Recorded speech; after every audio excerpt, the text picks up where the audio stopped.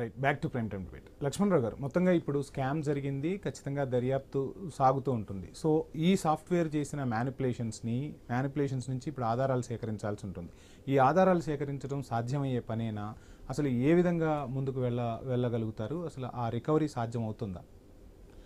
ఇప్పుడు ఉన్న సిబ్బంది ఆధారంగా మొత్తం హోటళ్లను నిఘా పెట్టడం చేయడం అయితే సాధ్యం కాని విషయము. ఒక్కొక్క సర్కిల్కు కేవలం 2000 నుంచి 3000 4000 డీలర్లు ఉన్న ఒక సర్కిల్లో ప్రతిదీ ఉన్న వాళ్ళందరినీ వాళ్ళు కట్టిన ట్యాక్సెస్ను కంపైల్ చేసుకొని ఎవరు ఏం కడుతున్నారో దాన్ని చూసుకునేసరికి వాళ్ళకి ఒక నెల అయిపోతుంది. మరి ఇప్పుడు ఈ హోటల్ రోజుల్లో జరుగుతున్నది వాస్తవం. వాళ్ళు ఏదైతే కన్జ్యూమర్ దగ్గర ట్యాక్స్ ఛార్జ్ చేసి కట్టకుండా ఎగబెడుతున్నామో అది బహిరంగ రహస్యం.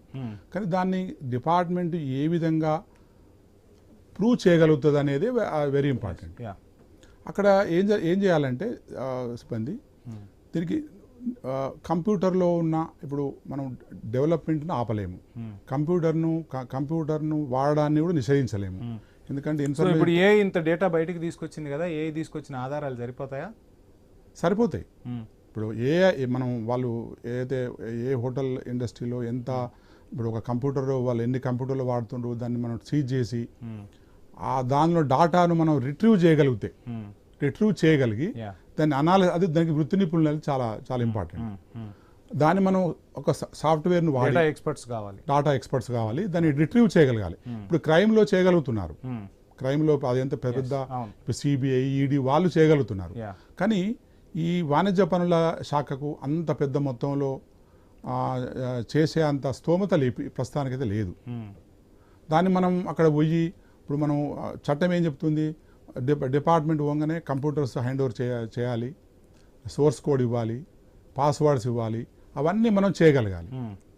మరి వాళ్ళు ఇచ్చిన దాన్ని ఆ డిలీట్ చేసిన డాటాను మనం పైకి తీయగలగాలంటే కంపల్సరీ మన దగ్గర ఉన్నత స్థాయిలో ఉన్న అధికారులు ఒక ఎక్స్పర్ట్స్ని నియమించి ఏ విధంగా చేస్తే మనం తీయగలుగుతామో అప్పుడు అట్లా చేసినప్పుడు చేయగలుగుతాం.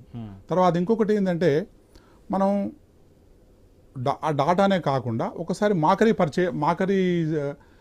మన హోటల్కి వెళ్ళి ఒక బిల్ తీసుకొని, మాకరీ అంటే మనం ఎప్పుడో ఒకసారి పోయి మనం బిల్ పర్చేజ్ చేస్తాం.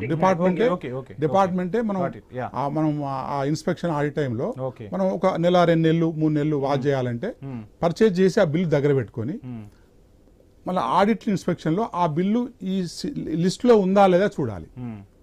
అలా చూడడం వల్ల ఏమవుతుందంటే మనం ఎస్టాబ్లిష్ చేయగలుగుతాం ఆడ ఎన్ని బిల్స్ డిలీట్ చేయగలిగాడు, సీరియల్ నెంబర్ ఎంత, తర్వాత ఆన్లైన్ పేమెంట్స్ ఎంత వస్తున్నాయి, క్యాష్ ఎంత పేమెంట్ వస్తుంది, క్యాష్ను ఎంత క్యాష్ అతను బ్యాంకులో డిపాజిట్ చేస్తున్నాడా లేకపోతే ఇటు నుంచి ఇటే ఆ క్యాష్ను ఖర్చు చేయగలుగుతున్నాడా అనేది మన ఇంపార్టెంట్ అనమాట.